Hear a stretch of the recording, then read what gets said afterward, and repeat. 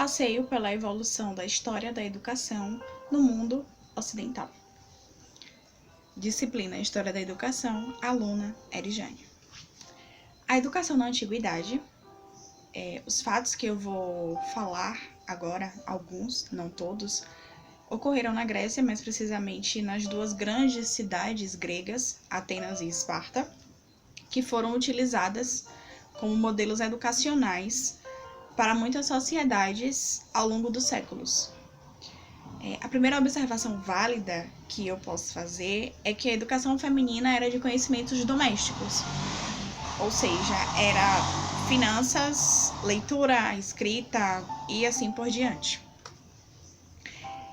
Os aspectos relevantes de dois modelos educacionais que são, em Esparta, a educação era baseada na disciplina rígida, ensino das artes militares, o autoritarismo e havia grande estímulo à competitividade entre os alunos.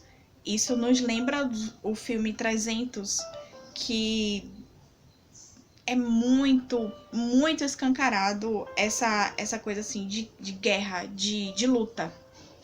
Em Atenas, a educação era voltada à política. Havia aulas sobre o exercício do discurso. Os mestres da retórica e oratória ensinavam a arte das palavras aos seus alunos, para que seus alunos tivessem a capacidade de construir argumentos vitoriosos na ágora. Então, eram políticos. Atenas era uma cidade voltada para a política. Vale destacar que em ambas situações ditas agora há pouco, as crianças eram tratadas como mini-adultos. As crianças não tinham uma infância separada da vida adulta, da adolescência, não era separado. A criança era um mini-adulto. Inclusive nas vestimentas, a gente pode observar em filmes antigos que as vestimentas são de adultos, só que fizeram pequenas. O filósofo Sócrates propunha que aos estudantes fosse ensinado a pensar em detrimento do falar. Porque se ele pensa, ele raciocina, ele pode criar novas teorias e assim vai se perpetuando, né? Vai se desenvolvendo o pensamento. E não só a falar. Não basta que você fale, você precisa pensar o que você vai falar. As correntes filosóficas foram imprescindíveis para o desenvolvimento da educação ao longo dos séculos, por incentivar e valorizar a experiência e o conhecimento prévio durante o processo de ensino-aprendizagem.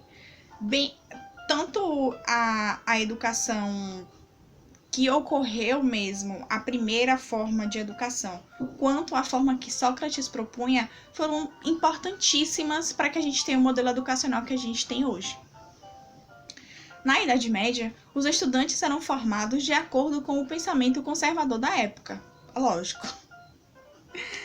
E a educação agora tinha um dedo dos dogmas do catolicismo, bem como seus códigos de conduta. Então, quem fornecia a educação era a igreja. A educação era assim, como eu posso dizer?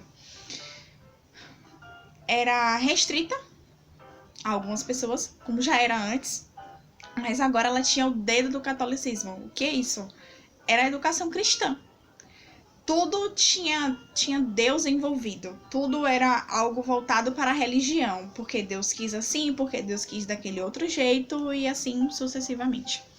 A educação contemporânea,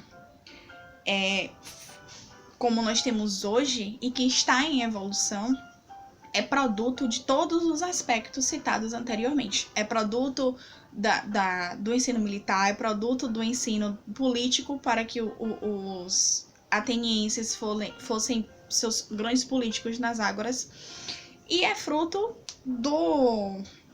da educação cristã.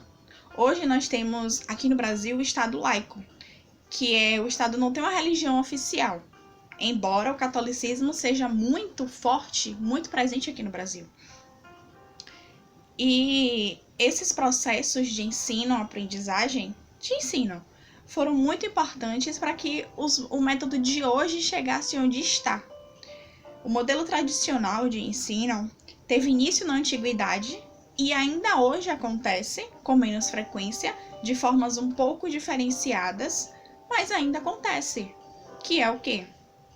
Hoje em dia a gente consegue ter, com os professores mais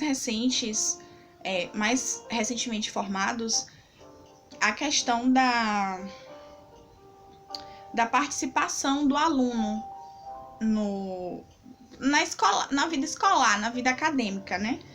O aluno não é só aquele receptivo, não é só aquela folha em branco que recebe o conteúdo. O aluno, hoje em dia, ele pode questionar, pode perguntar, pode debater, tem toda essa liberdade. Então, a história da educação foi importantíssima para que a gente chegasse no momento que a gente está hoje, que ainda não é perfeito, mas é o melhor que podemos ter no momento.